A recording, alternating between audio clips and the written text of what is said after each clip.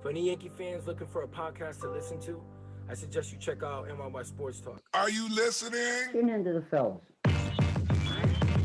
Damn. Uh. Yeah. Uh. Yeah. There's no BS, there's no drama. You just feel like you're with the fellas talking baseball. Uh. Welcome back. This is episode 239 of the NYYST podcast. I'm your host, Christian. As always, joined by my co-host, Chris. You. What's up, bro? What's up, bro? Happy belated Father's Day. You too, man.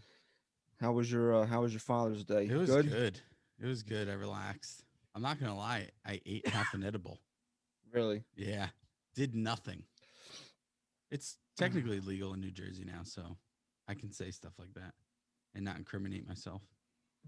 I don't know. Did Emperor Murphy say it was okay? I don't know. I think it's like a weird. It's like in an in-between phase, you know, with the law here. But I had half an edible, and it did nothing. But I did pass out at like 5 o'clock. I was dead.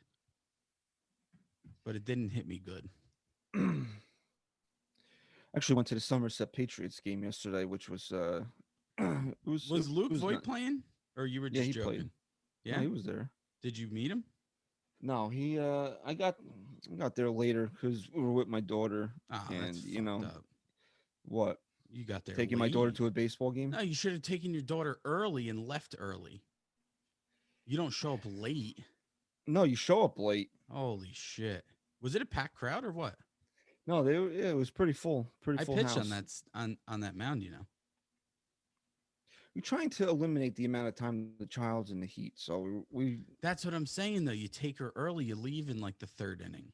You don't have to No. stay for a full game. I wanted to get a couple of What's Luke Voigt better? at bats in. Yeah, what's better though? Right? She gets there and just watches a bunch of fucking no-name guys plus Luke Voigt play a baseball game, or she fucking takes a picture with Luke Voigt and you have that to show. I her don't when she's think he older. was out on the field early anyway. They didn't open up the gates till 12 o'clock, and the game started at 1. He big leagued everyone. I think he big league did because He probably did. there was players out on the field when we got into the stadium around like 12. Did he cut his hair 15-ish. yet? I don't know. I couldn't tell. You couldn't tell. Where I we couldn't sitting? tell. Nosebleeds? Yeah, because there's no nosebleeds in a minor league stadium. That stadium's gorgeous though. Yeah, it's nice. It's a typical minor. You know, you get the typical minor league feel from going there. Yeah, but they got a nice like screen in the outfield and everything. Right? They got the players like pictures up there and shit. players. The players when they throw sliders. No, they did a really It's a good nice job. stadium. And I wish that I had gotten the guy's name. He was very helpful because obviously, you know, you don't put a 1-year-old in a seat. And when I was online chatting with the Director. customer service personnel, they told me that strollers were discouraged. When my wife was like, "No, I'm gonna fucking talk to an actual human." And somebody was very helpful. They gave us a little life hack if you're gonna bring a child with a stroller to Somerset Patriots game. So I wish I had gotten his name so we can give him a shout out on the show. But they were very helpful if you called the stadium and speak to somebody at the ticket office. So let's talk about this real quick.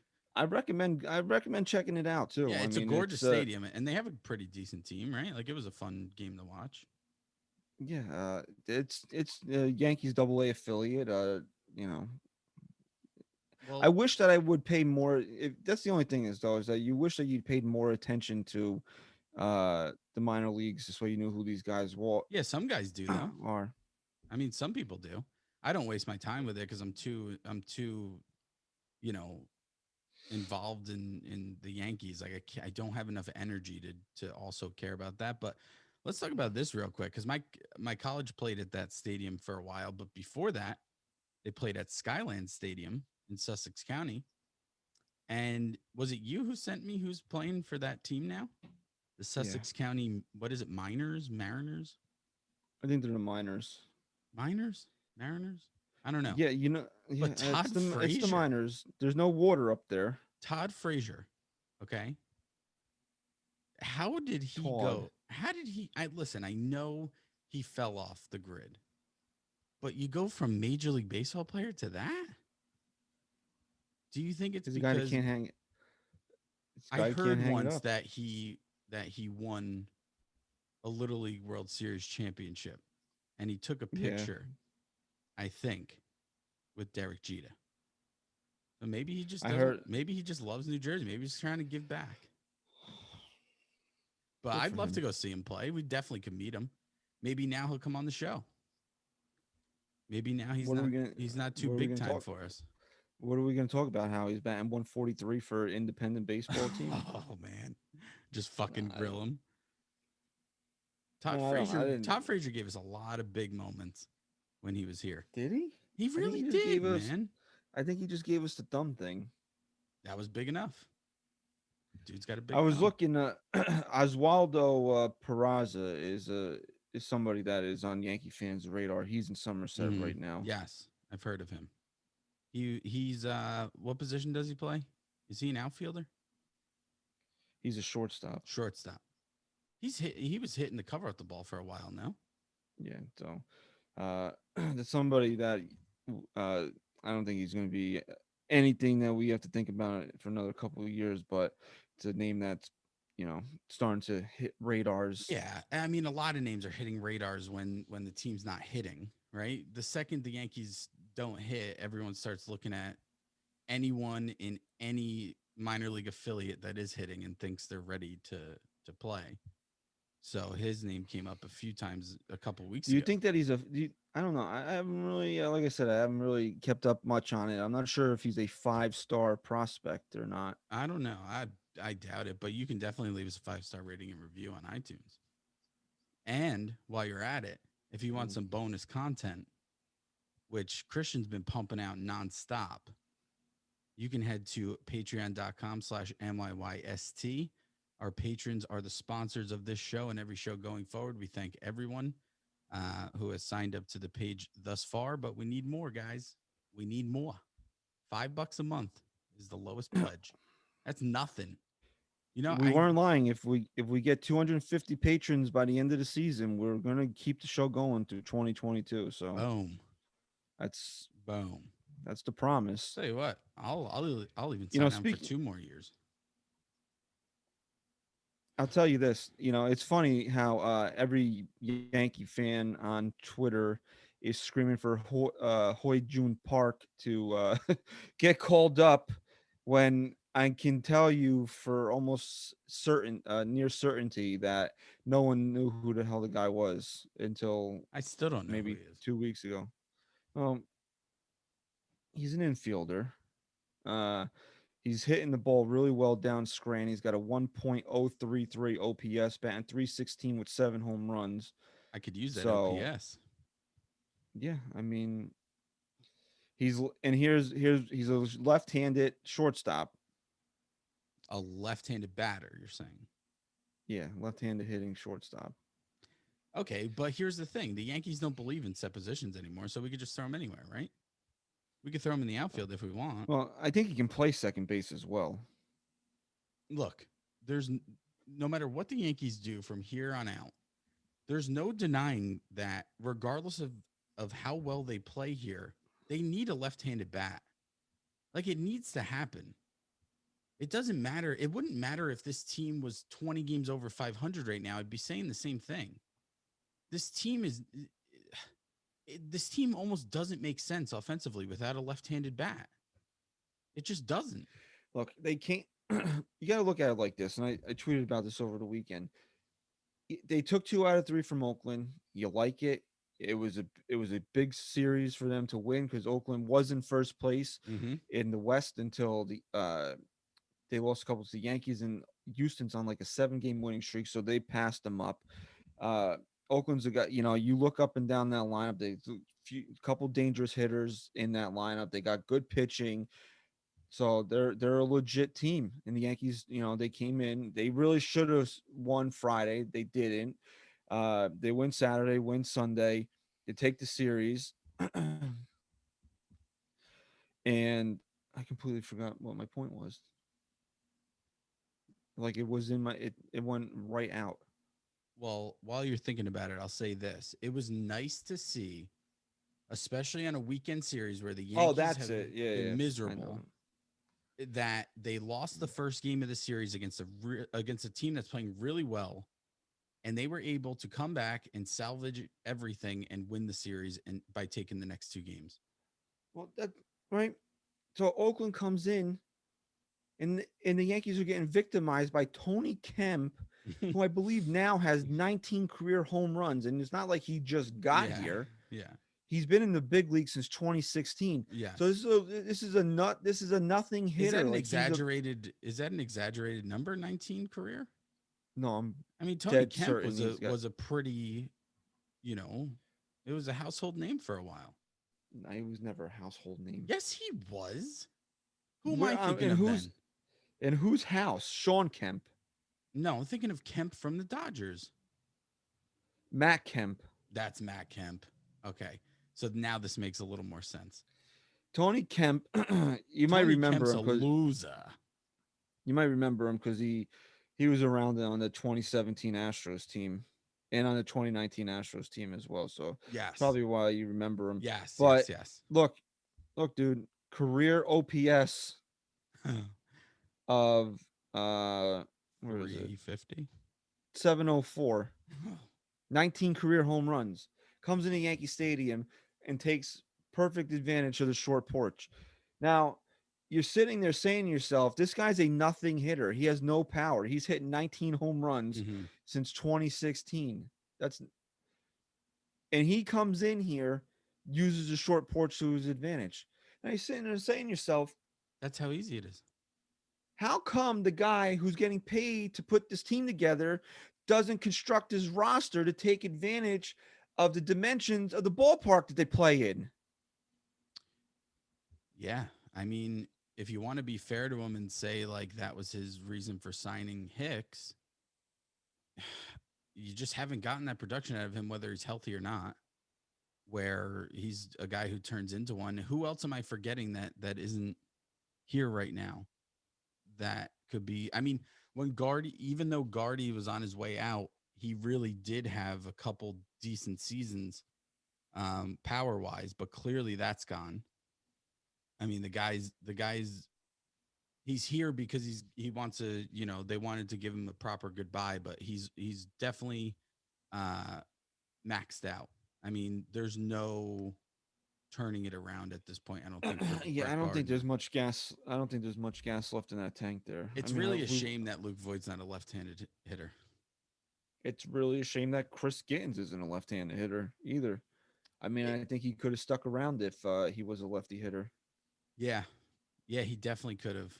But After the game on Sunday, Gittens got sent down because the expectation is now Voigt will be active for Tuesday's game. We're recording mm, Monday night. Yankees have so many goddamn Monday off days that we figured we'd just settle into a nice little rhythm here, recording ca- on Monday night.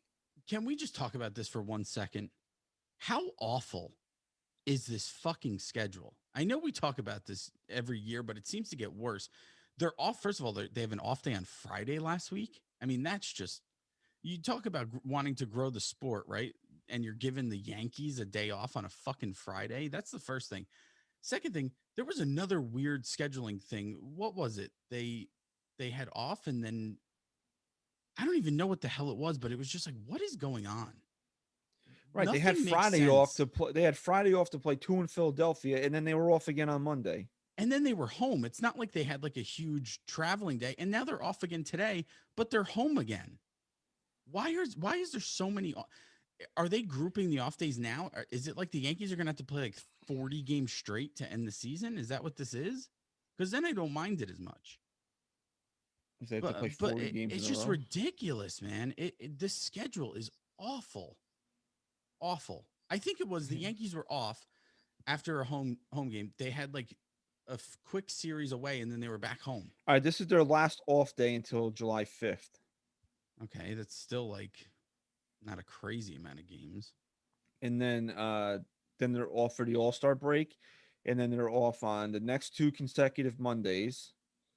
Then they're off on another fucking Friday. That's because it's the That's criminal. that's because it's the Field of Dreams game. Okay. And who's playing in that? The Yankees and the White Sox are. Oh, they did reschedule that.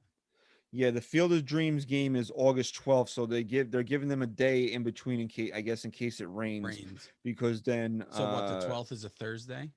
yeah, S- because s- then Okay. the last two games in that series go to uh back to Chicago. But Okay, then that look, makes sense though. but then they're off Friday, that because of that, and then they got the next, then they're off again on that Monday. They're off the No, 13th and the 16th. So that's crazy, man. That's just awful. That's really poor. Really I poor mean, there's really scheduling. not many long stretches of them having to play. I mean, I guess this next stretch, where they're not off again until the 5th, is probably their longest, Really poor.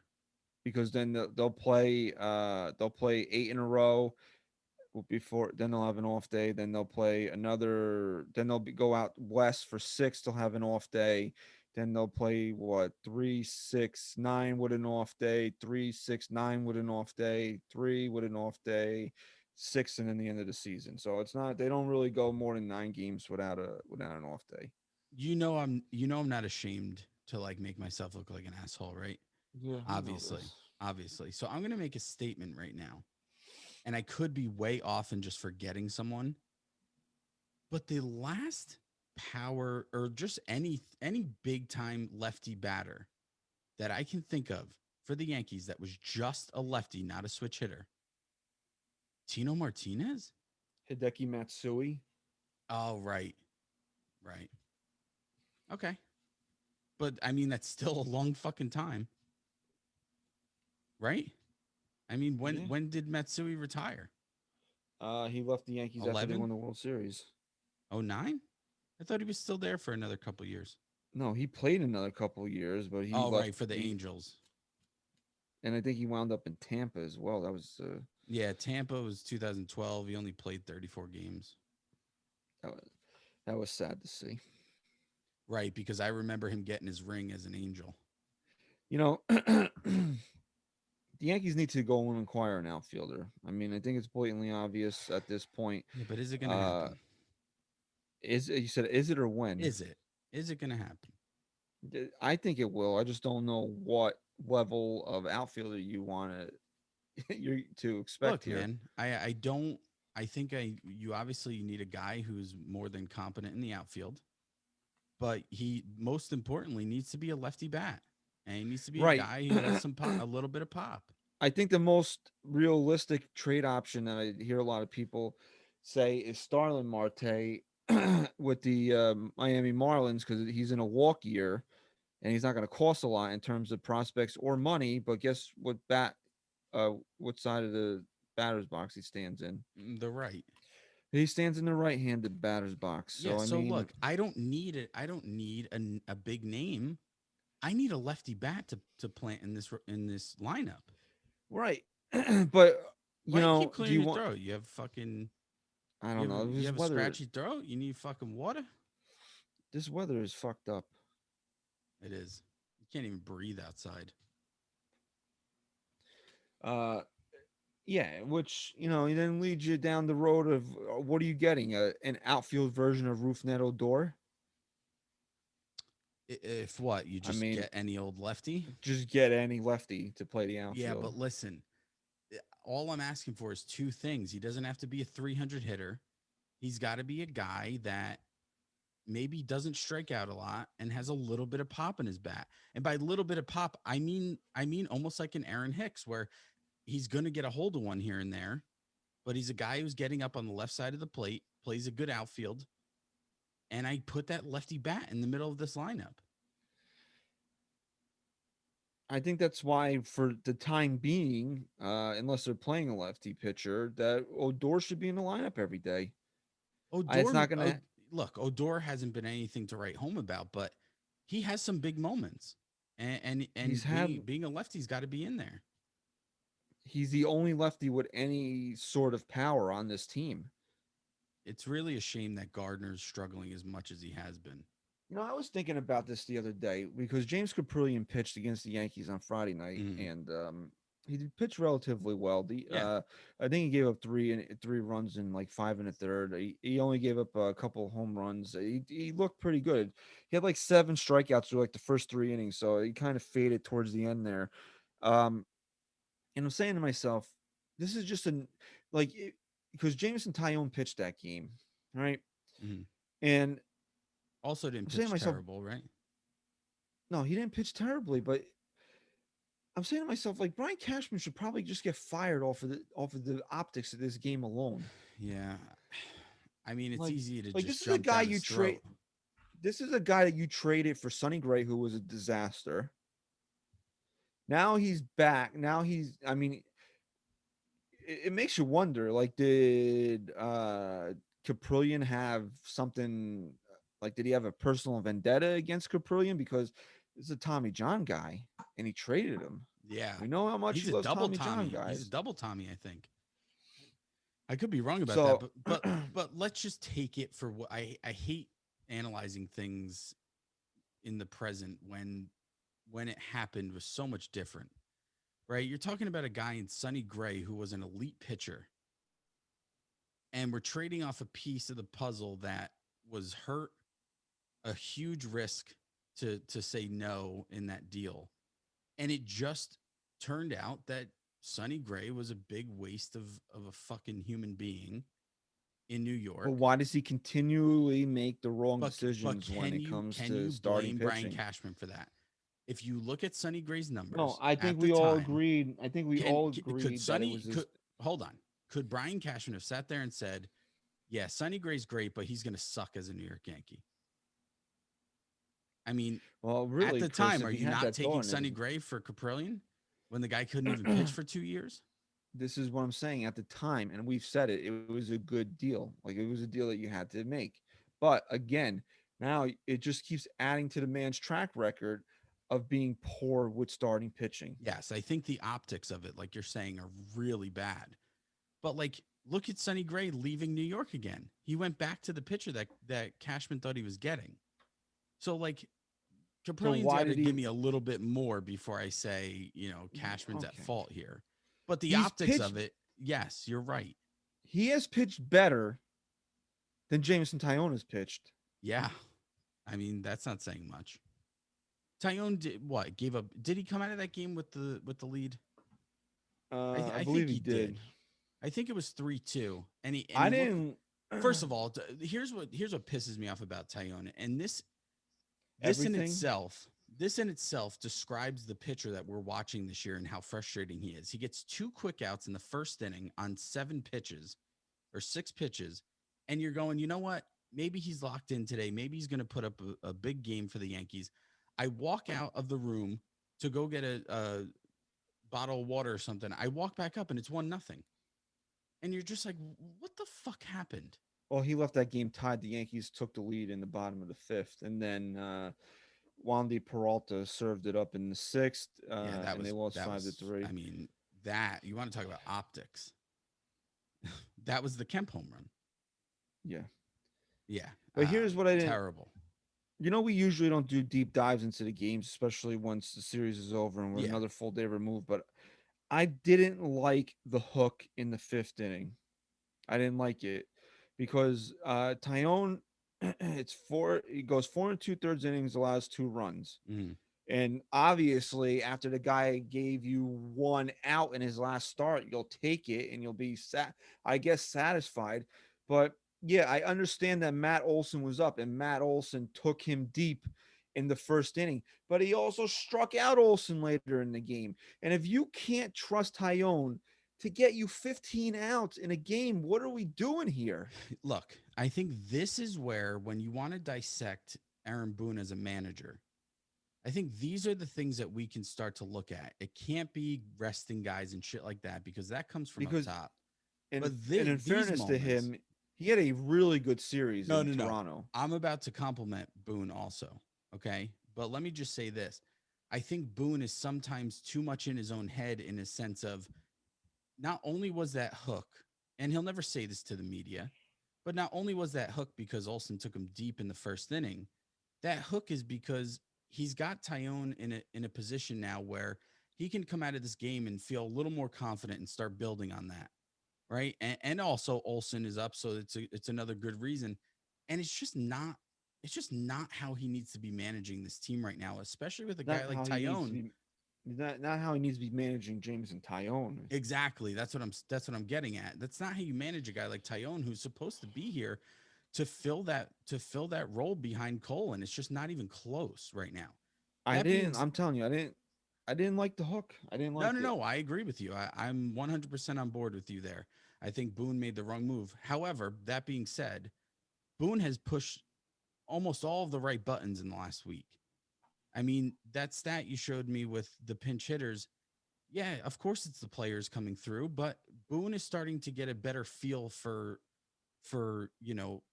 what's happening in the game. And I'll say this, and this isn't a knock on Boone because I am giving him credit here, but it's also easy to have a lot of good pinch hitting stats when you're resting your players every Yeah, single but Clint day. Frazier And comes up with a big hit. I feel like He, Clint Frazier is like I hate to put him in this role because he's supposed to be so much more, but he's such a good bench guy. He's a really good off the bench hitter. and He really is. you know, I don't know. People argue with you. Oh, you gotta take him out. If you don't trust this guy to get you 15 outs, then why do we have him I here? can't agree with you more. I agree with you 100%. I'm just telling you, I think that's where Boone's head's at, and it's in the wrong place. Like, it's not up to you at this point, and you being Aaron Boone, to build Tyone's confidence artificially, right? And by that I mean just pulling him when it's a tie game in the fourth inning, in the fifth inning. You don't That's an artificial boost of confidence when really you need him to stay out there and fucking dominate. And he needs to boost his own confidence by being a competent starting pitcher. And you can't keep babying him like that. If it was the sixth inning, seventh inning, I Fine. probably don't even make a big deal about it. But this guy is a tax on the bullpen every Yeah. single time he goes out there. And I think he's gotten into the sixth inning, what, once or twice this year? yeah, and here's the problem. Here's just another layer of the issue is that you're pulling him there. And who did he bring in that spot? Was that when Wandy came in? Yeah, no, it ended up working in that spot because Right, but what Peralta I'm got. saying is you're not bringing in a guy who you're fucking sitting there saying he's one of the elite bullpen arms. I mean, Wandy Peralta's a fucking crapshoot. Oh, he is. I He mean, absolutely is. I mean, so at that point, you're putting your team in a more vulnerable spot. You're putting your bullpen in a more vulnerable spot. It just doesn't make sense to me. And then you got to give credit to who came in after Jamie, that. I think it was Sessa, right? Sessa did a really great job buckling down, but the offense didn't um, produce after that. unless he pitched to a batter into the next inning, which it doesn't tell me here, he's completed more. He's gotten the Yankees more than 15 outs twice this year. Twice. That's crazy. I'll pull He's that. I'll pull that up first. he's gone. Yeah, because there's a couple of 5 inning starts, but it doesn't tell you whether or not he pitched to anybody in the sixth inning. But he's gotten the Yankees more than 15 outs twice in 13 starts. That's not good. No. And one of them was a 5 and a third, and the other one was a 6 and a third. So he's gotten it out in the sixth once, and he's gotten it out in the seventh once this year out of 13 starts. All right. He pitched let's see. He pitched into the sixth inning once. He pitched into the fifth inning. 1, 2, 3, 4, 5, 6, 7 times, 8 times. Yeah, I mean, he's only given them more than 15 outs 2 times. You are right about that. 2 times. That's crazy. You know that he has the second lowest average innings per start in the league. How much of that has to do with rebounding from the injury, and how much of that has to do with the Yankees just not having faith in this guy. And look, let's put decisions aside real quick. The Yankees have lost his last 4 starts. That's a You know, problem. do you know who has the lowest average innings per start in the American League? Tyone Just take it. No, he has the second lowest. You know who has the lowest? in the American League. Oh God. Yeah, Uh, I don't know who. Matt Harvey. Oh God. Oh boy. The Yankees are Who remember?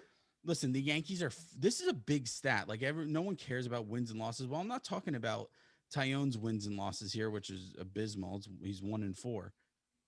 But the Yankees themselves are 4-9 in Tyone starts. That's a problem. That's not good. Oh, it's a huge problem. That's really not good. I mean, you can't get by with a guy who you're expecting to do big things, and your team's 4-9 when he's on the mound. And let me look, like look at Herman, right? Herman, they're 8-5. That's you got to you take that every day of the week. You know, Herman's had his ups and downs. Really didn't look great again the other day. And I'm gonna give Max Goodman some credit here. He tweeted this. I was looking for something else, but I found this. Remember when the Nats were in town and Loizaga got rocked?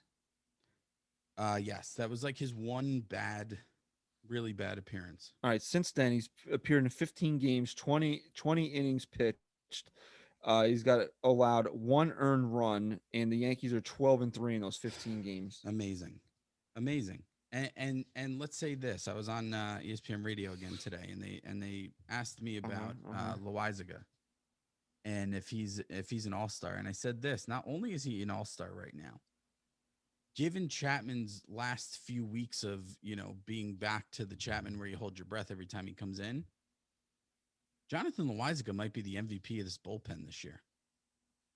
I mean, if Chapman stayed even remotely close to what he was doing, it'd clearly be him. But Jonathan Loizaga he's finally a guy that we've heard the Yankees say, he has command issues and blah, blah, blah, actually put it all together in front of our eyes. He doesn't have high strikeout numbers. He's only struck out 12 in those 20 innings, so he's pitching to a lot of contact. But you want to know what? I think that's why he's been so effective. He's not trying to be cute up there. He knows he has good stuff, and he's telling them to fucking hit it, and they can't. They cannot. He's been unhittable. What do you think the Yankees' record is in Jordan Montgomery's last 6 starts? Last 6, I'd have to say they're 5-1. They're 6-0. 6-0. They're 6-0 in Montgomery's last 6 starts. Yeah, I got it. Ever since I fucking ripped on him, he must listen to the show. Against Baltimore, the dude's been good, man. He had one bad start since then. I thought Max tweeted it. It must have been somebody else, unless it was a reply, and I'm just not looking in the right place. The Yankees have more wins in Jordan Montgomery starts than they do in Garrett Cole starts. Yeah, that's crazy. That's crazy. But look, speaking about Garrett, when are we going to get into a look ahead here? Because like I said, the Yankees can reset the tone of this season over the next 6 games. Really, the next 9 games, if you want to take it out that far. And it all starts with Garrett Cole, right? He's taking the ball tomorrow. Garrett Cole is taking the ball tomorrow. So you have the Royals for 3 games at the stadium. Meanwhile, the Red Sox are playing the Rays, who the Rays came back down to earth. And if you look at the standings right now, the Yankees are right back in the thick of things. Is it too much to ask? And I say this, I'll preface this by saying you always settle with a series win. But is it too much to ask the New York Yankees to really fucking buckle down, set the tone, and fucking take a sweep from the Royals while the Rays and Sox beat up on each other over the next 3 days? I don't know. Jameson Tyone's pitching on Thursday. So. Well, maybe this is Tyone's way to fucking reset his own fucking fate. the Royals are 32 and 38. I mean, they're in third place in that division only because the Twins and Tigers are really bad. Um, if you again, I mean, like if the Yankees are going to really be serious about making a run at this, and because I believe Garrett Cole was asked today or yesterday if the Yankees are back, Mm. and basically he said no. We've been so up and down this year. You know, look at how where we were, and I'm paraphrasing here because I didn't hear the quote. I just heard somebody talking about it, but basically it was like, look at where we were after we swept Chicago and what happened. So like we're obviously like we're not back. It's like we need more consistency Hmm. than just these last six games. That's more than fair. Uh, so if they're going to seriously want us to think that they are back, this is a series that they have to go and sweep. They have to sweep because, like I said, the Rays are playing the Sox. So those are You're, two teams directly ahead of you. So if you're you going to gain sweep, ground somewhere. exactly, you sweep this series, you're going to gain ground every single night on someone ahead of you. And then you go to Fenway, right? And in Fenway, you take 2 out of 3, you're gaining ground again. And then you have the Angels, who we were knocking the Yanks a couple weeks ago, saying how the Angels had the spot over them, didn't they? They did. Fucking set the tone, reset the tone, because the tone right now is that you have no identity, you're up and down. Set it fucking straight this week. Take advantage of this weaker schedule. Go into Fenway Park and fucking rip on the fucking Red Sox, and you fucking reset the tone. Let me tell you something. If the Yankees play their cards right over the next 9 games, they can be in first place by the end of this month. That's going to be tough to do Why? Why? because they're 4 games out right now. So Okay, you mean they're 4 games out. They're 3 out from the Rays. So even if they sweep the Royals and the Sox sweep the Rays, you've jumped a team now. you're asking the Red Sox to collapse in this next week and the I'm not Yankees to? asking them to collapse. I'm asking the Yankees to win a series against the Sox, But you're sweep the saying Royals, okay, and then continue to win. it's not hard. It's going to be hard for them to make up 4 games in a week unless they sweep Boston. And maybe they do. I mean, what I'm saying is, if the Yankees are going to if the Yankees are going to find their identity, it's going to be this week. It's going to be over these next 9 games. Okay. If the Yankees come out of these next 9 games and they go 4-5, even 5-4, this team just doesn't, I don't think they'll ever have that run in them to do what it takes to be a dominant, No, because then we're dominant pretty team. much at the. I mean, they got to be within 2 games of the division at the All Star break. And I think That that's should be. more than doable right now. I think that should be their goal. And if they do that, then I'll feel confident that they have what's. I'll feel better about them. You Because know, here's the thing, we're very realistic people. Okay. And I'm not sitting here saying that the Yankee season's over. What I'm saying is we're still waiting for them to find themselves. And now it's getting the time's ticking for that. Now, if this team was dominant throughout the beginning portion of the season so far, and then they had a bad skid of back and forth baseball, that's one thing. But this team still hasn't found their identity. They're still up and down. We still are unsure, even after a great series against the A's and did they swept the Blue Jays, right? yes. I mean, that's nothing to sneeze at. No, The because the Blue Blue Jays are a good Jays, hitting team. yeah, and they've beaten the Yankees A- every time that they played them Yeah. this year. So we should be sitting here really saying, yeah, the Yankees were on a bad skid. They're back, but we can't say that yet. And that's not okay. We're too far into the season to not feel confident after the week they just had. But you can't be too confident. You just can't. Chris, what were they? What kind of stretch were they on? I mean, how can you feel confident about them? They've done this. Garrett Cole said it. They've done this numerous times already this But year. yeah, but that's the thing. Like, I think it was right after Jay Bruce retired, they had the best record in baseball over a good portion of games.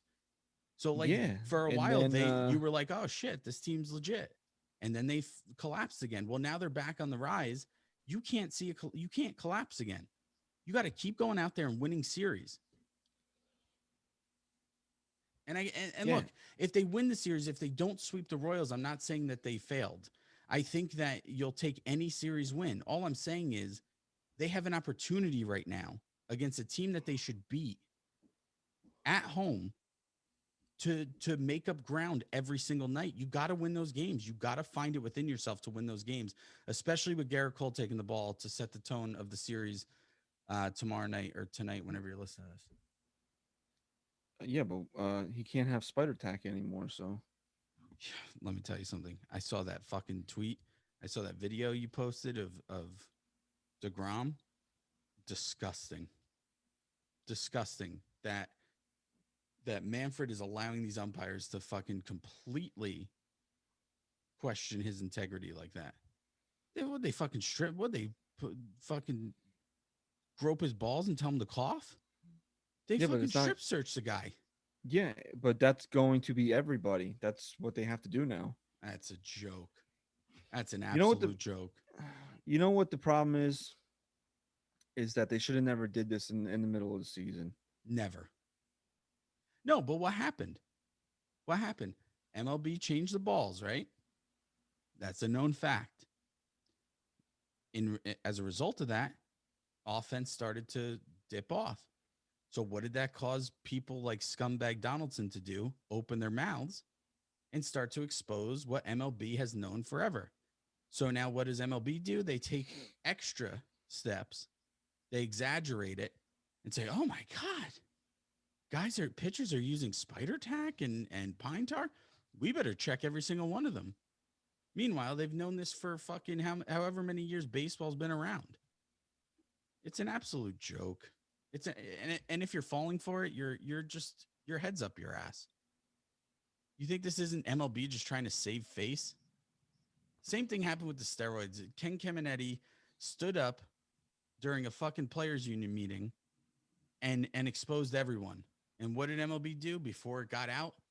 MLB started cracking down so that they didn't look like the bad guys turning a blind eye to it. And after Cole's last start, he was basically begging, pleading MLB to work with them on something that they Yes. could use a universal substance. See, this is what the issue is for me. We all know everybody does something, right? The Met fans will tell you Jacob DeGrom doesn't use anything, which apparently the guy hasn't pitched a injury, shoulder, whatever the hell is, and he's out there throwing 100-mile-an-hour fucking heaters Yeah. past the Braves today. Maybe the guy's just not human. I don't know. He's not. Um, but 99.99% of pitchers are using something to help grip the ball. Tyler Glass now blamed his ligament tear on not having anything to grip the ball with. Uh, Buck Showalter said it was going to be interesting to see how Garrett Cole felt after this start to see if he had any type of injury or different type of soreness. So we haven't heard anything, thankfully. So it seems like he's okay. Uh, you couldn't. This is not something that needed to be done in season. No, because guys need to train differently without it. Now, here's my problem. There's the easy debate topic of, well, batters get to use pine tar, right? And I haven't dove into that enough to really get a grip of what that argument would be like. But here's something I thought of. There's a guy in on the Angels who doesn't just pitch, he bats. Now, do they have him batting when he's pitching? Or is he not batting in those games? I honestly, I should probably know this, but I don't really pay attention. I don't really to Shohei know, Ohtani and I'll say that up front. he's I a don't know. bitch. But what if Shohei Ohtani goes up to bat in a game that he's pitching without batting gloves? What about in the National League when pitchers go up to bat? Are they allowed to put pine tar on the bat? And is that pine tar not sticking to their hands? And then what? And then what? Because I'm sorry, pitchers bat. Pitchers bat in this league, and batters are allowed to use the pine tar and the sticky stuff, right? So who's to say that they can't have a little residual on their hand and go out and pitch? How are you regulating that? Who's to say DeGrom can't get up to bat with pine tar on the bat, and maybe some of that's stuck on his finger? Who's to say that the bat doesn't hit the back shoulder And now he has pine tar on his jersey and he's using that on the mound. How do you regulate that? You can't. Well, I'm sure you would see him touching his shoulder. I don't know how invasive You know what I'm saying these though. these checks are. Well, I know that they did it at the beginning of the game. I didn't follow up on it to see if they did it throughout the game. Because then, My point is though, there's nothing stopping that. Nothing. because Who was the batter on the Yankees that used so much pine? It was Alfonso Soriano, I think. Would have so much pine tar in his bat that his whole back of his jersey was covered in it. yeah, I think Swisher used a lot of pine tar too. Swish, yeah. I mean, it's just something that, like, if you're gonna regulate sticky stuff, you got to have things that are legal for both pitchers and batters. Well, according to Trevor Bauer, that you can just sweat and rosin can cause a ball to stick to your hand. Okay, and who used to do that nonstop? I think of one guy. Can you think of him? I'm drawing a blank here. Buckholz used to come out with the gel was sweating out of his hair. His hair was always soaking wet with sweat and gel. He would do that, hit the rosin, and that would be it. How do you regulate that? Tell pitchers they can't have gel in their hair? They're not Yeah, allowed to sweat? What do you need gel in your hair for if you're going to pitch a game? Because you're a fucking stud. You got to take pictures after the game. Clay Buckholz is a stud. He was for a little bit. I mean, he fell off quick, huh? Yeah. But like, it's just the point. It's the principle of it. How far do you go to regulate? They're supposed to be checking them. But that's I my mean, point. You're not allowed to have gel in your hair. You're not allowed to have sunscreen on. These guys are pitching in fucking 100-degree sun's beating fucking down. You're not telling them they can't wear sunscreen? No, they are allowed. From what I understand, they're allowed to wear sunscreen during the day. Like you can't show up to a 7 o'clock game with sunscreen on. Okay, but then that sunscreen's being used in some way. So now you're telling pitchers they can have the advantage during the day? It just doesn't make sense. It's all we keep talking about optics. It's all optics at this point. That's all it is. And Manfred is the worst thing that has ever happened to Major League Baseball. I'll tell you that with certainty. Looks like Clay Buckholz is out of the league. It seems like the last time he pitched was in 2019 with the Blue Jays. He had a 6.56 ERA. He had some good years in there. Hated his guts. No, he was pretty. he was solid with Boston for a few years. Okay. You know who's been real solid lately is Gary Sanchez. Dude. I mean, does any other podcast look as good as we do calling the whole Kyle Higashioka thing? And we said, look, to be fair, we weren't sitting here advocating for Gary Sanchez anymore. All we said was Kyle Higashioka is not the answer. If you're going to throw out a guy that's going to be just as bad as Gary Sanchez, give me Gary Sanchez. Because at least Gary Sanchez has shown us the guy he can be, and maybe that comes back. Gary Sanchez has to be in the fucking lineup tonight, or you're going to listen to this Tuesday morning. He has to be in the lineup on Tuesday night. Okay, here's our next scientific method, the Yankee scientific method segment. Okay, if the Yankees play Kyle Higashioka over Gary Sanchez so that they feel more comfortable with their multi-million-dollar ace pitching, then they aren't serious about winning a World Series. I think personally the Yankees are finally going to make the right move here. They have to. And Gary Sanchez will be in the lineup. They have to. Look, dude, they're off. They were off today, Monday. They have a day game after a night game on Thursday. That's when Kyle Higashioka plays. And isn't Tyone pitching? That they like He's him pitching catching Thursday. Tyone too.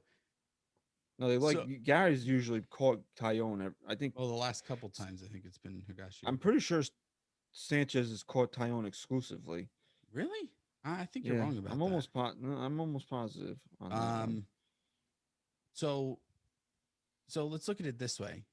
Higgy was getting Kluber and Cole starts, and Sanchez was getting Tyone. But ever since Kluber went out, I thought Higashioka was catching for Tyone more. I'll look it up, but think of it like this: in Cole's last start, what was his most dominant inning?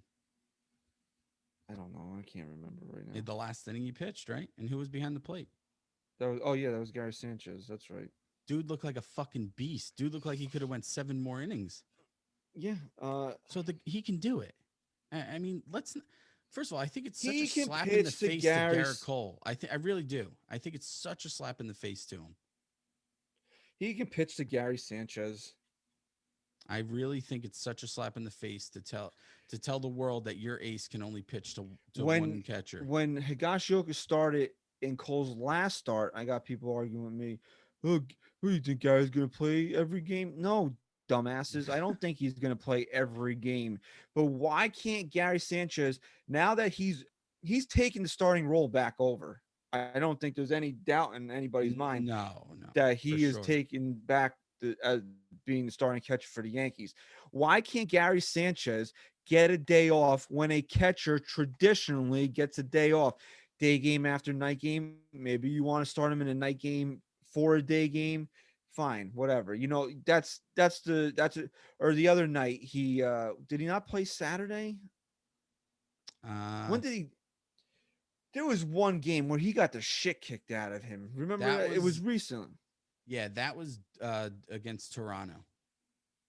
I think And he when wasn't and they he had wasn't the in the day lineup. game, yeah, He wasn't in the lineup the next day. the next day, That's yeah, fine. Like if he has a really rough night back there, he's getting. It had to be against Toronto because and they had a fucking day game the next day. that fucking scum prick fucking Bichette swinging the bat like a wild man back there with no regard for anybody. Fucking clocked Gary a couple of times. Gary caught a couple of fucking foul balls.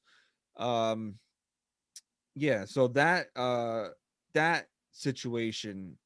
No, Gary, that was Thursday night. He took a beat and then he was off on Friday. So Yeah, that I understand. Day game after night game, I understand. Dude, other than that, he shouldn't have a set off day just because Garrett Cole is pitching. He is proven now. Look, if he goes back and his average dips back to 150 and he looks like he couldn't hit fucking water if he fell out of a boat, then we can revisit it. But right now, Kyle Higashioka looks like a fucking career minor leaguer, which is what he was it uh, is. before everybody fucking fell in love with him. And Gary Sanchez is back to looking like an all-star caliber player that we had been holding out hope for a better part of 2 years now. So he needs to be in the lineup on Tuesday. I don't want to hear any bullshit about Cole. Fuck Garrett Cole if he can't pitch to Gary Sanchez. So think And you about know how much this. I love and you know how much I love Garrett Cole, but fuck him Absolutely, if he needs Kyle absolutely. Gashioka. And I think if you asked him 100 different ways, he'd answer it the same, that he does not need his own catcher. But think of it like this. Ready? I was kind of right here. Higashioka has caught Tyone his last two out of his last four starts. Really? Okay. So that's two starts out of his last four. Meanwhile, he's also catching when Garrett Cole's on the mound. That's way too much Kyle Higashioka when Gary Sanchez has been on a tear. Are you sure he's starting and not just coming Yes, in no, later in the game? yeah, no, I'm looking at it. He started two of Tyone's last four games. That's not. I don't like that. Now he's only gotten two at bats in those games because I don't Gary care. ends up coming in later. That's too many. I agree. I agree because now you're coupling that with him catching Higashioka catching for Cole every time he goes out. That's too much Kyle Higashioka, man.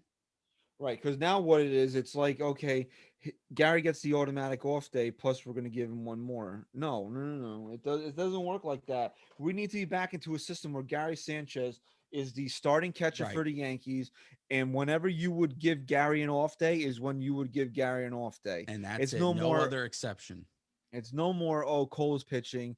I mean, how do you justify not having Gary Sanchez in the lineup tomorrow? You He can't. came off the bench in Toronto, single-handedly wins them that game with that home run, and then nailing that runner at third And base. behind the plate.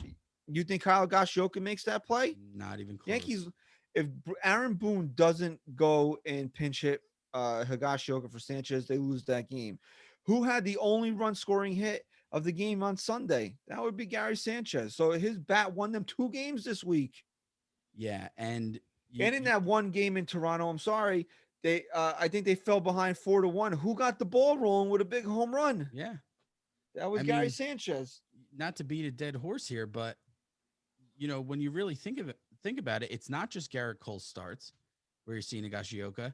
It's now, like I just said, 2 out of 4 starts at Tyone, and then you're talking about day game after a night game when that comes up, and you're benching Gary again. So that's way too much benching of Gary Sanchez when he's hitting the way you finally need him to hit again. No. I said this. This sounds really stupid, but the Yankees, the way they're built, are built uh, to have a lineup that is carried by the middle and end of this lineup, meaning the top guys in this lineup can be slumping miserably, but there's still big names like Judge and Stanton who pitchers are scared to pitch to. But when you couple that with guys like Gary and Frazier when he gets hot and Andujar following up, this team really starts winning ball games. And we're seeing that right now. So you can't sit Gary Sanchez and insert Kyle Higashioka anymore unless it's absolutely mandatory. It just can't happen. There's no justification for it. No. None. Zero. So just a couple other things before we wrap up the show here. Aroldis Chapman's back to being a fucking nightmare on the mound, and not the good kind of nightmare, which is what he was for like the first month of the year. Uh, this nail thing is apparently really bothering him. He didn't feel comfortable throwing his fastball yesterday. Got lucked out with the triple play. Oh, no. Although Saturday's game when Boone got tossed, he allowed a run, but that game should have been over before that run scored. He really got fucking squeezed. Uh, but he hasn't. I mean, he really hasn't been dominant like the way he was. We all saw what happened in Minnesota. Um, Again, like I know I'm guilty of doing this, and I've been doing it a lot lately. Is taking screenshots of really bad calls by the umpires, and I'm sure it happens in every game. I'm sure it's happening against in the Yankees' favor. But the fact of the matter is, the umpires are so bad. How It's much is either it that they just have gotten more incompetent, or how much is it that we just see the K zone so much after every pitch now? it's probably a combination of both. It's Yeah, and another part of it is it's either they don't know how much one call can affect an entire at bat, can affect an entire game, or they just don't I care. don't think they Which care. I think their egos are just too big. which either way is unacceptable. Unacceptable. You're either an incompetent or you're a fucking asshole. And either Right. way, you can't be in charge of a major league baseball game. Yeah, there's not many umpires out there anymore that you truly respect for being just a guy who has done the right thing throughout his career anymore. I mean, you just don't have those guys anymore. I want to say that it was in the game that Boone got tossed in. It might have been Friday night. It was one of the two games because the umpiring was awful in both games. Probably Buckner, the Buckner game. No, it wasn't. It was I forget who it was. It wasn't Buckner. But Michael K literally said calling balls and strikes is not a strength of this umpires. Yeah. Does anybody not see a fucking problem with that? It's literally his job to call balls and strikes. Yeah, because pretty much anything else, any other big time play that you're talking about can be reviewed at this point. So, like, if It's they're not a incompetent in the strength of field, his. right, It's right. not a strength of his. So I that mean, better be come your one on. strength. That better be the one strength that you have if you're behind the plate. And just a quick note. Just a quick note. DeGrom's ERA is now .50. Yeah, I know. It was I saw a good portion of his start today. Unbelievable. Um, So to answer your question, no, he's not human. I mean, just unbelievable. but I believe that he's lined up for Yes, the July Yankees on 2nd. Friday. So we'll see So what happens just a there. quick note on the Chapman stuff. I thought about this today. I believe it was against when did the whole finger thing happen? Was it against the Rays when they came out to the mound? You were like, fuck, Chapman looked off. His velocity was down a little bit. And he still got out of it. And he still had a couple games before he really imploded. And you were like, maybe, but he hasn't looked the same since. And here's what I'll say: give Britain maybe a week or two more to really get back into the swing of things, feel comfortable. And if that finger on Chapman is still bothering him, you got to put him Trade on the him. IL. Trade You, him. you got to put him on the IL because if that's the only thing that's setting him off here, I need him healthy again. No, I trade him, dog. I get rid of him. Trade him and get him back. Uh, and look, I was driving home from the Patriots game yesterday, and John and Susan were talking about that heading into the eighth inning. Lucas Licky was warming up, and I knew Chad Green wasn't going to pitch because he pitched the day before, and Boone's really trying to stagger. He goes Loizaga Green, Loizaga Green. He tries not to use the two of them on back to back days. He tries to use one and then the other. So I knew that Green was. I knew that in my mind that he wasn't going to pitch. Uh, Green there. And so you say that's Zach Britton's spot, Mhm. right? Not Lucas Licky's spot, right? Licky's been really good. I mean, no one's going to deny that. The guy's been he's been really good this year. I mean, the guy pitched in big leagues in 6 years, and he's getting big outs for the Yankees. He's pitching to like a 2.5 ERA, so he's been really good. But he's not coming in to hold the game at 2-1 when you got Zach Britton in the bullpen. So my initial reaction is he's hurt, Right. and oh, I'm talking to people on Twitter, and it's like, oh, you don't know that how good Lucas Licky's been. No, I fucking do. It's just that you're not going to use him in that spot He's not if here Zach to pitch Britton in is that role. if Zach Britton is healthy, and then what comes out at the end of the game, Boone didn't want to use him because he's sore. He Right. said it's not serious. It's just that he's still kind of like in spring training mode, and Right. it's kind of like so yeah. So obviously it wasn't an injury, but he didn't have him available due to a physical something wrong was wrong with him You physically. So I I mean understand you.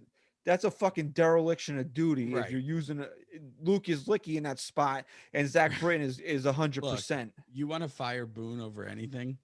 It's if he came out and told you Britain was 100%, but he's his better option is Lucas Licky at that point.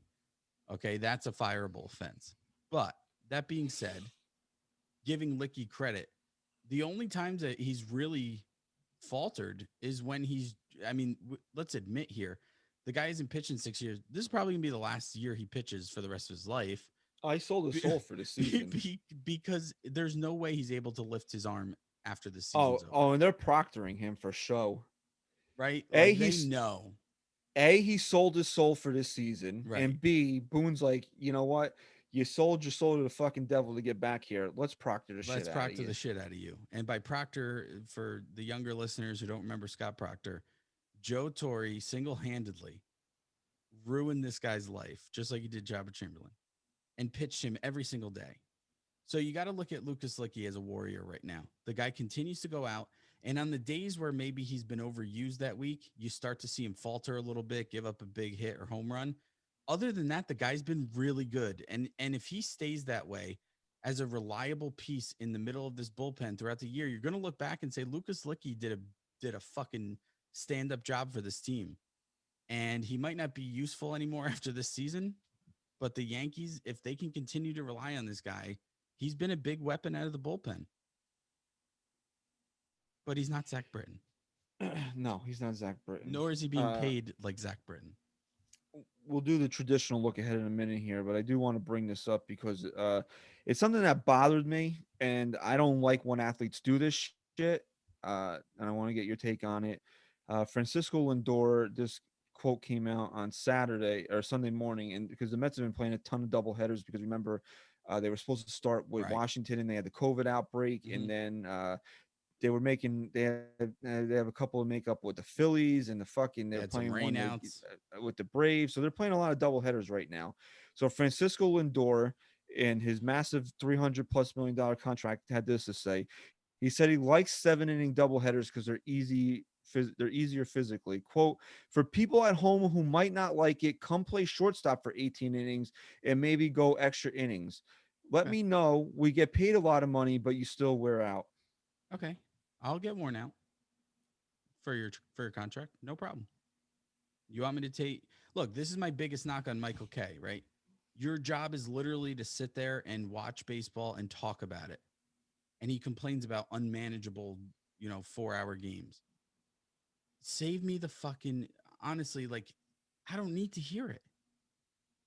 Then you know what? Give up a portion. Let's prorate your contract to play all these 7 inning games. Give back. Give back when you're not playing a full game. If it wears you out, fuck you. I'm sorry. I have no sympathy for that. I really don't. Here's my problem, Chris, and it's not even that he said it. You want to tell? Look, we don't like 7 inning doubleheaders because we like watching baseball and we think that it's this rinky-dink Mickey Mouse bullshit It is. that Rob Manfred keeps fucking putting out there. But if you, as the player, like it because it's easier on your body, then that's all you have to say. Why do you feel the need to now bring the fans into it and then talk about your fucking salary on top of Right. it? Right. Because it's so fucking tone deaf. Because I'm telling, how many people that are baseball fans support that went out and bought for a Francisco Lindor jersey after he got traded to the Mets? How many of them are making fucking 45, $50,000 a year, where it's like a big thing for them to take a family of four to City Field to see this guy play, and you're talking and you're taking shots at the fans. Yeah. What There's about no need. There's no fucking need for it. what about those fans that are like in contracting and they're fucking sitting on a roof for fucking 10 12 hours, hours when it's 12 hours a fucking not day in how 100-degree weather? How about those fans? right. Honestly, talk about tone deaf. You're right. That's the perfect way to describe it. You never there's one thing an athlete should never do, and I'll tell you this right now. You know how much we ripped on the fans for the way they treat John Carlos Stanton. If he would have came out there and a fucking and actually went after the fans, then I would have fucking went after him. Absolutely. You never go after the fans. That's rule No. number one. And rule number two, if you're gonna do it, you never bring your fucking money into it, because these people, 99% of the people that watch you play baseball have to fucking scratch and claw to rub two fucking nickels together. Okay. Mhm. And it's not a sob story for anybody, because everybody, but these are blue collar people out there working hard that are supporting you. And people are telling me no one's holding a gun to your head to go pay to watch and play baseball. Well, guess what, dickhead? You know what? When I turn my fucking TV on and I get ad revenue from the ratings from me watching him, that puts money in his pocket as well. Yeah. So I don't have to actually take $1 out of my pocket to watch him play. Every time the TV goes on, that puts money in the Mets pocket, that put money in the Yankees pocket, and that's how they're able to afford their players. So don't Mhm. insult your fucking customers and then tell them, yeah, I'm rich, but fuck you, I still get tired. Right. No, that's not cool, man. That's not fucking cool. And if you Nah. listen to this show and you're the asshole that basically called me fucking racist for this yesterday, go What? fuck yourself. Oh, seriously, I'd love to have that person on. I really would. You don't vilify the fans. First of all, who are you even singling out? You're given what I've heard back from all fans across baseball, you're probably alienating about 90% of real baseball fans because we all hate it.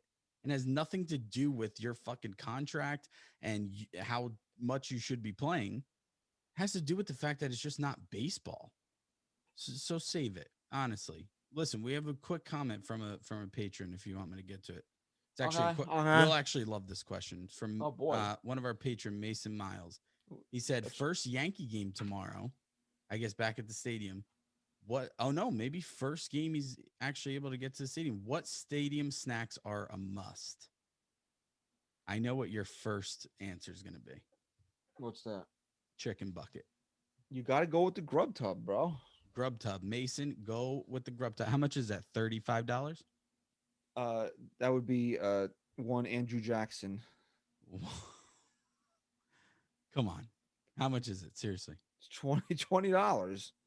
Are you fucking kidding me? I thought maybe 15 tops. Bro, you're talking about in the realm of what you pay for shit at Yankee Stadium. You get a fucking bowl full of chicken fingers and French fries and a soda, and you get to keep the fucking Oh, bowl. you get a And soda. yeah, Okay. Now we're talking. and you get to keep the bowl and the fucking cup as a souvenir for Okay. $20. Okay, now you're talking. Because the soda by itself is about $10. No, I mean, if you're looking to go a little economical, yeah, I would definitely recommend the grub tub. I mean, sometimes the chicken straight up tastes like a fucking bouillon cube, but that's That's okay. it's That's it's neither here nor there.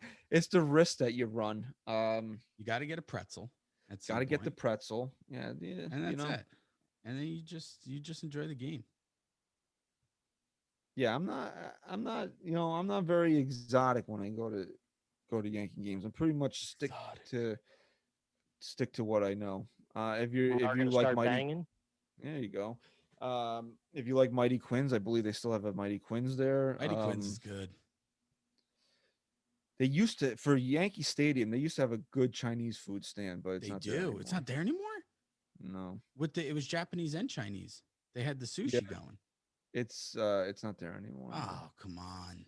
It wasn't there in 2019. They took it out. Really? Yeah, it wasn't there 2 years ago. I don't Wow. know what happened to it. All right, look ahead. Uh, yeah. So I mean, we kind of Yankees. looked. Yeah, we kind of look, but we'll just give the pitching matchups here. Uh, Kansas City's in town for three. Where the fuck is it? Here we go. 7:05 Tuesday night. Uh, excuse me. Brady Jesus. Singer is going to oppose Garrett Cole. Uh, and then you got 7:05. It's TBD versus Michael King. And then 1:05.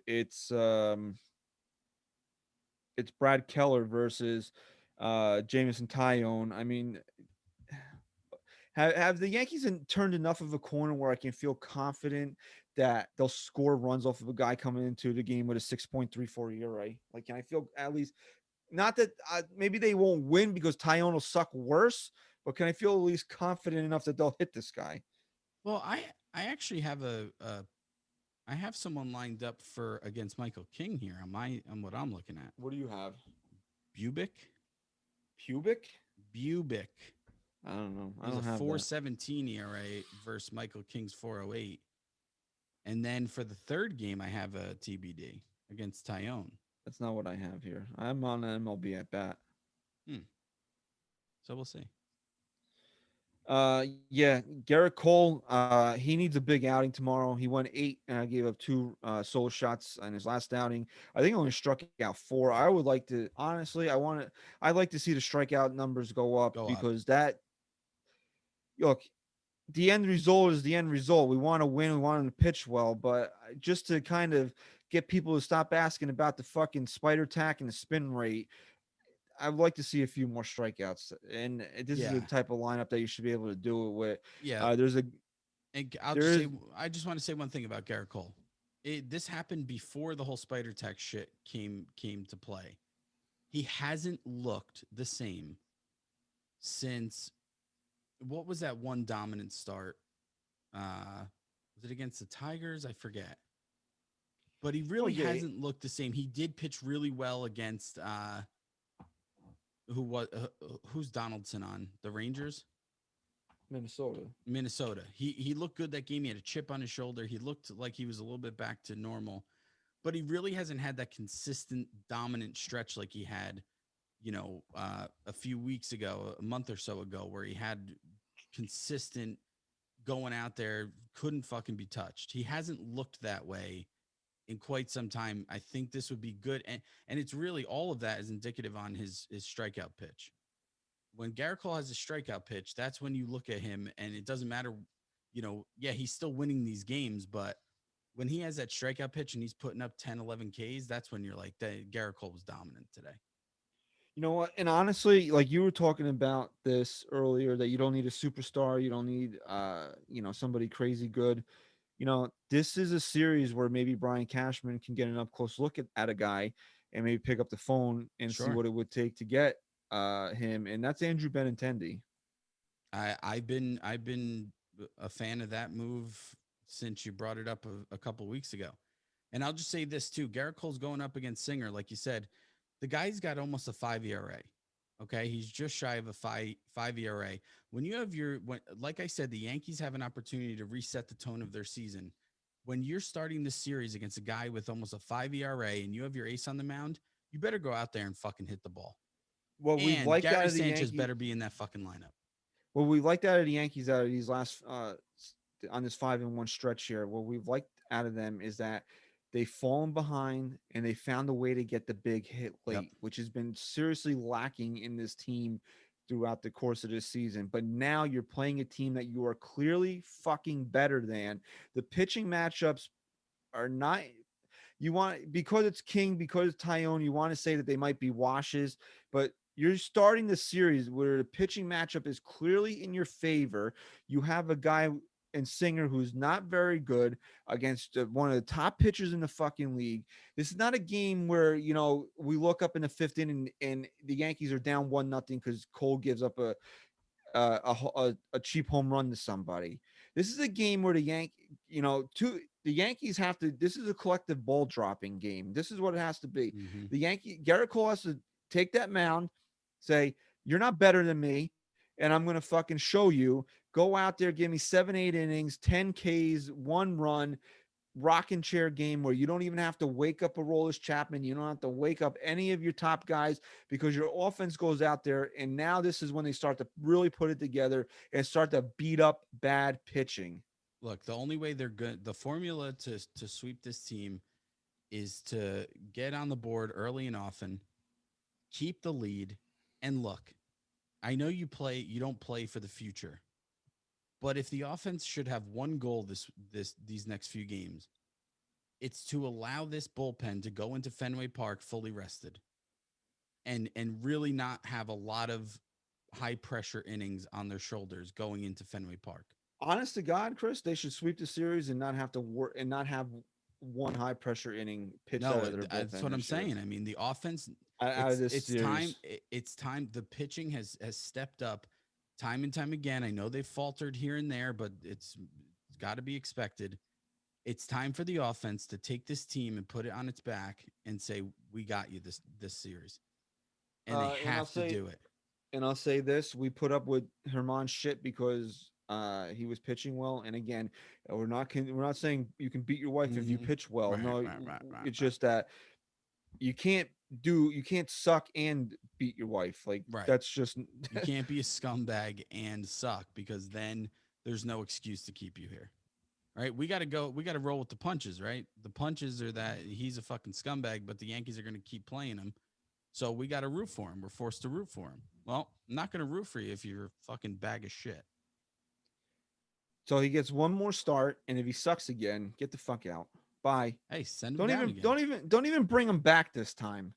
Because this is what really pisses me off about Domingo Herman. You got this stigma that you're a piece of shit, which it's not even a stigma; it's the truth after what you did to your girlfriend, now your wife. And you got to take the mound looking like the biggest fucking scumbag walking the earth. No, your shirt's not fucking buttoned to the fucking Hmm. midway point. The fucking you see the mustache that he's growing with Yeah. the fucking he's got the fat lip packed. I mean, I yeah, like the other fat lip. guys I know other guys pitch with, but the combination of all that for him makes him look like a bigger asshole than he Yeah, really is. absolutely. And like put the dip to the side a little, dude. It's like gives me anxiety watching it in the front of his fucking lip like that. He can't even shut his mouth. I can't we get it. We know why Herman's here. He's cheap. He's good. So it's like any other situation in sports where they look past what you did for what you can do. Hmm. And as fans, as we've said it 100 times, it's shitty and it's fucked up, and it's one of the It things about is sports that you don't like, but what it you just is. like you said, you roll with it. But you I just can't deal with him being a piece of shit person and a piece of shit pitcher. Like, what's your Mm, redeeming quality then, you fucking asshole? you scumbag. On So that that note, should, yeah. On that note, we'll wrap up the show here. Thank you for, excuse me, thank you for listening to episode 239 of the NYYST podcast. Follow us on Twitter at NYY Sports Talk. I don't know what Chris's plans are for Thursday, but maybe we'll do something I'm quick having to wrap. surgery. Oh, you're taking your eyeballs out. I'm taking my eyeball. I wish they would just give me a glass eye. You really want a Fucking glass pop eye? that shit out there in the show. Well, if you're not going to be around to do a show Thursday, then I'll just hop on Patreon and wrap up the series on Yeah, I'm Thursday gonna have to instead of, teach you how to post it maybe. dude. We've mastered the art of recording. Now you want me to You've actually gotten post really something? well. You've done really well. I gotta say. We'll figure it out. Uh, All right. So yeah, so if you want to hear my thoughts on the Royal series, you're gonna have to subscribe to Patreon.